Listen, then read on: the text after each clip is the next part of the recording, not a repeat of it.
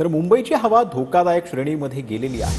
भायखळा, देवनार, मालाड पश्चिम आणि शिवाजीनगर मानखुर्द परिसरात अत्यंत वाईट हवेची नोंद झाली आहे, तर गुणवत्ता निर्देशांक 295 वर पोहोचलेला आहे।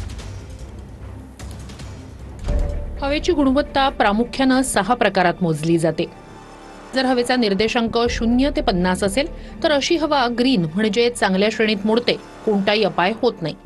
निर्देशांक 51 ते 100 असेल तर ही हवा मॉडरेट प्रकारात मोडते, श्वसनाचा विकार नसलेल्यांना यातून अपाय होत नाही।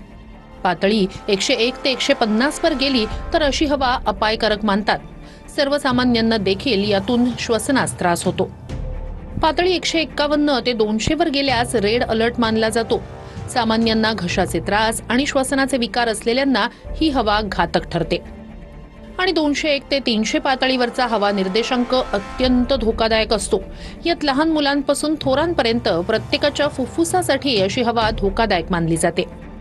सध्या मुंबईत मालाड पश्चिमचा निर्देशांक 295, देवनारचा 284, शिवाजीनगर मानखुर्दचा 201 आणि भायखळ्याचा 203 वर गेलाय। ही 4ही उपनगरांमधील हवा रेड अलर्टवर गेली आहे, तर शिवडी 195, बोरिवली पूर्व 192, बीकेसी 180, विलेपार्ले 172 आणि सायनमधील हवेचा निर्देशांक 166 वर पोहोचलाय।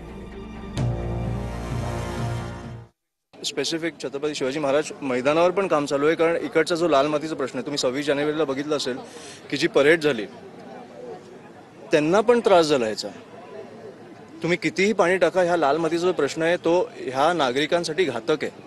तुम्ही सिगरेट नसाल पीत तरी तुम्ही 3.5 सिगरेट पिण्या एवढं तुम्हाला नुकसान होतं दिवसाला, आणि हे काय तरुणांना नाही होत, हे लहान मुलांना पण होतं, आजी आजोबांना पण होतं। त्याच्यामुळे 3.5 सिगरेट पिण्या एवढं न पिता नुकसान होत असेल तर आपण कुठेतरी विचार करणं गरजेचं आहे।